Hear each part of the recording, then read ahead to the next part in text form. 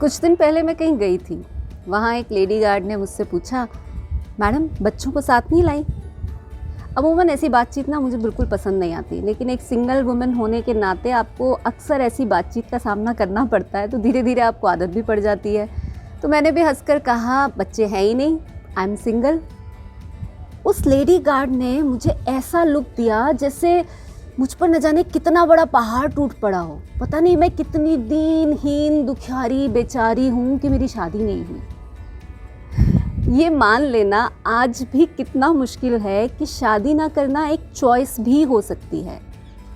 खैर, उसके बाद अचानक न जाने उसे क्या हुआ, उसे अंदर से किसी ने टोका या क्या हुआ, उसने एकदम से मुझसे कहा झेंपते हुए, अब आप स्कूल में पढ़ाती हैं ना?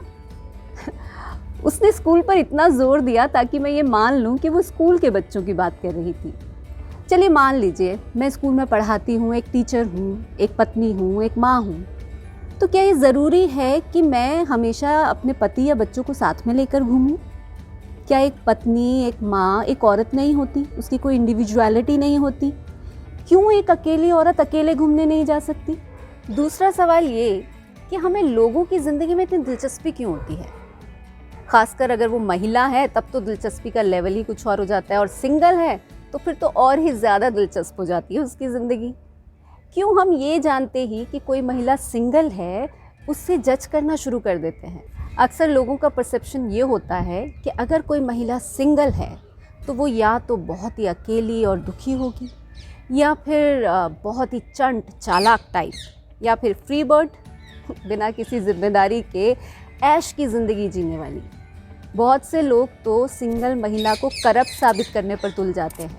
आई रियली डोंट अंडरस्टैंड, क्यों एक सिंगल महिला को एक आम इंसान की तरह नहीं देख सकते हम लोग?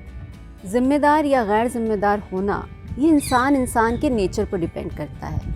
कोई शादीशुदा होकर भी गैर जिम्मेदार हो सकता है, और कोई सिंगल होकर भी बहुत जिम्मेदार हो सकता है। और स्मार्ट होना कोई बुरी बात नहीं है।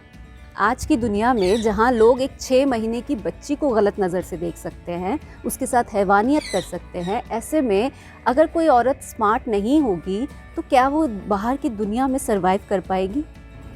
कोई भी इंसान, चाहे वो लड़का हो या लड़की, जब वो घर से पहला कदम बाहर निकालता है उसे तभी समझ में आ जाता है कि घर और बाहर की दुनिया में ज़मीन आसमान का फ़र्क है। ऐसे में हर महिला को अगर सरवाइव करना है तो स्मार्ट बनने के अलावा क्या कोई और चॉइस है?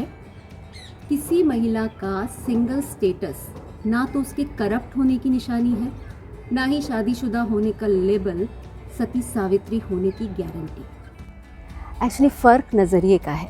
वो नज़रिया जो आज भी इतना तंग है कि किसी सिंगल महिला को ईज़िली एक्सेप्ट नहीं करता। बाहर की दुनिया तो छोड़िए, उसके अपने घर वाले, परिवार वाले उसे एक्सेप्ट नहीं कर पाते। अगर कोई महिला सिंगल है तो ना तो उसकी कोई पर्सनल लाइफ हो सकती है, ना ही फीलिंग्स, ना ही ज़रूरतें, ना ही प्रिवेसी। अगर वो गलत बातों पर भी गुस्सा करे तो कहा जाता है, अरे फ्रस्ट्रेटेड है, अकेली है ना। और अगर वो हंसती खिलखिलाती रहे तो लोग कहते हैं कि भाई इसे क्या चिंता है, इसकी कौन सी घर गृहस्थी है, अकेली जो है। अगर वो किसी लड़के से हंस बोल कर बात कर ले, फ्लर्ट है इसीलिए तो शादी नहीं की।